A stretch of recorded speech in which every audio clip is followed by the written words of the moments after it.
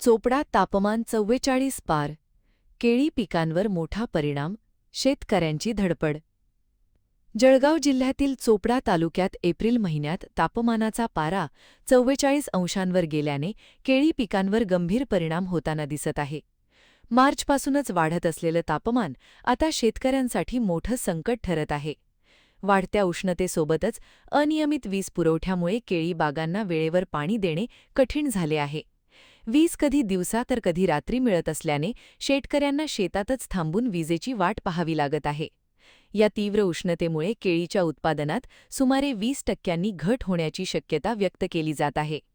उर्वरित पीक वाचवण्यासाठी शेतकरी विविध उपाययोजना करताना दिसत आहेत.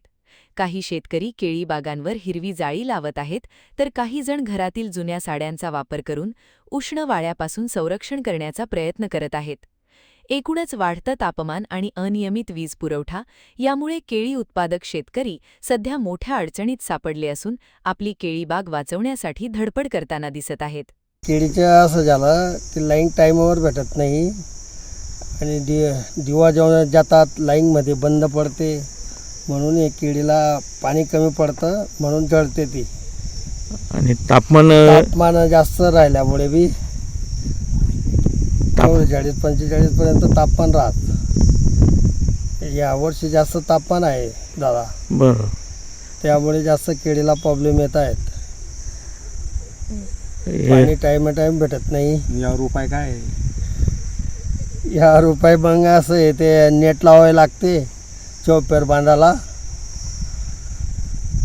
या दिवशी म्हणजे पाणी कमीच पडतं. दरवर्षाची बोंब ही. जो लाईट ज्या वेळेस येते त्यावेळेस तोपर्यंत शेतात थांबावं लागत असेल. शेतातच थांबावं लागतं. अच्छा, लाईन टाईमवर चालत नाही. उन्हातच थांबावं लागतं ना, हे बघा ना, उन्हावरच थांबावं लागतं. रात्री दिवसा रात्रभर शेतातच थांबावं लागतं.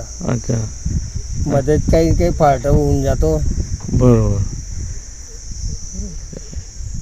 केळीवर परिणाम होतोय. पाण्याची कमतरता होते.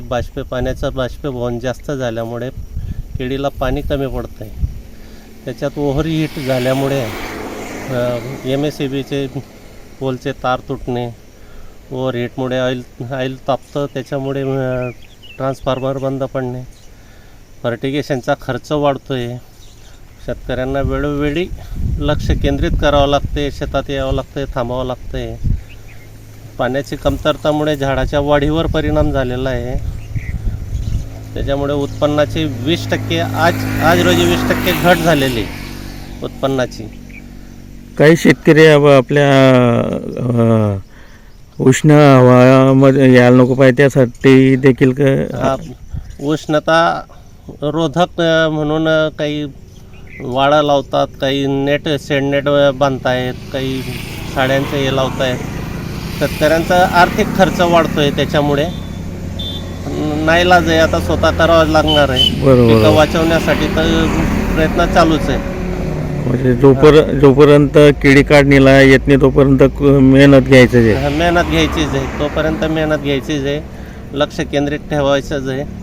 आता 20% ॲव्हरेजली कमी झाल्यामुळे आता आम्हाला अधिक लक्ष द्यावं लागणार आहे. बरोबर. उत्पन्न वाढीसाठी वेळोवेळी प्रयत्न चालूच आहेत. अच्छा.